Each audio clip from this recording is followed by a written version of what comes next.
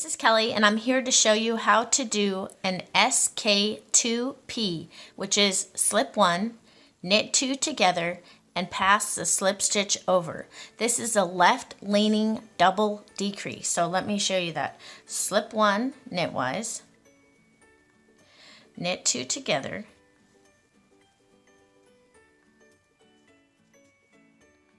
pass that slip stitch over. That is a left leaning double decrease. Let me show you one more time. Slip 1, knit 2 together,